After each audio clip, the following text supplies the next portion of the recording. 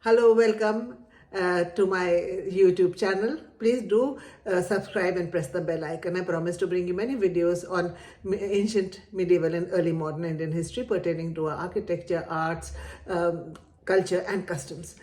Today I'd like to talk about a visit I made to Kausambi near Allahabad with the Sanchari. That's an organization that does many cultural activities in Allahabad.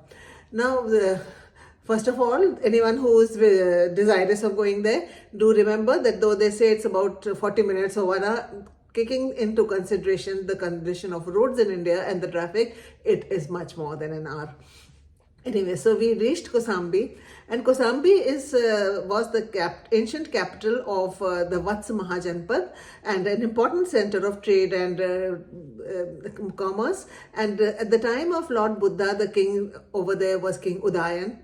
And Lord Buddha went there to teach a couple of times. So that's the importance, preach. He in fact converted Lord Udayan to Buddhism. And so that's the importance of this site and why Ashoka chose it to install one, or is it two, stone pillars with inscriptions. Now the first stone pillar of course has gone to Allahabad Fort, and I will talk about that later. But today I want to talk about the pillar that is there in the ruins of the Vihara there. Now this pillar from far looks very similar to the pillar on the ridge in Delhi because it has been broken and damaged.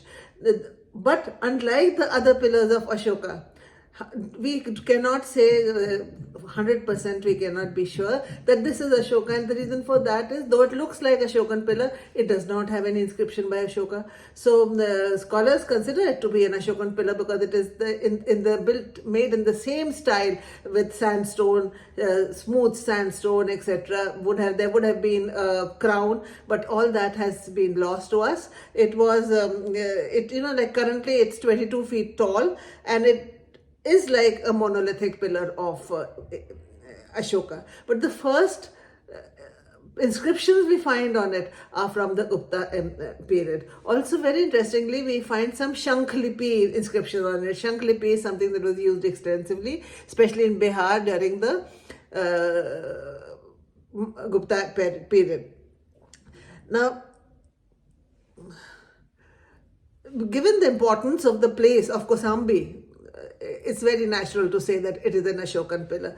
Anyway, to come back to what the pillar is, in 1870, when Sir Alexander Cunningham was excavating in that area, he found the pillar was only 14 feet visible above the ground, with its lower section buried under brick ruins.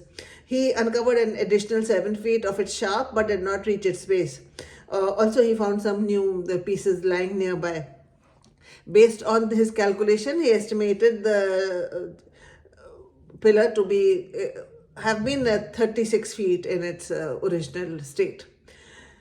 Now it was put up in 1930. It was put up in the site where it is just now, and another important, very interesting piece. As you know, like all relics are reused and reused. Today we consider that a crime, but in those days, like reuse of material was considered, the done thing, because after all there was only so much that material that could be made. So the reuse is something that was very popular. So it comes as no surprise that a group of goldsmiths in the reign of Akbar decided to use it for describing their work, and it records prayers by 5 goldsmiths and other employees to Sri Ganesh and Shiv Bhairavi. This inscription was published in Epigrapha Indica volume 9 many years ago. So this is how, and do go and see it. The Vihar itself is also very interesting, but there are not too many there are just some ruins there. But this pillar is worth the visit, and we of course went all around it, saw the Shankhlipi, saw all the excavations, and it's a beautiful photographic location also, opportunity.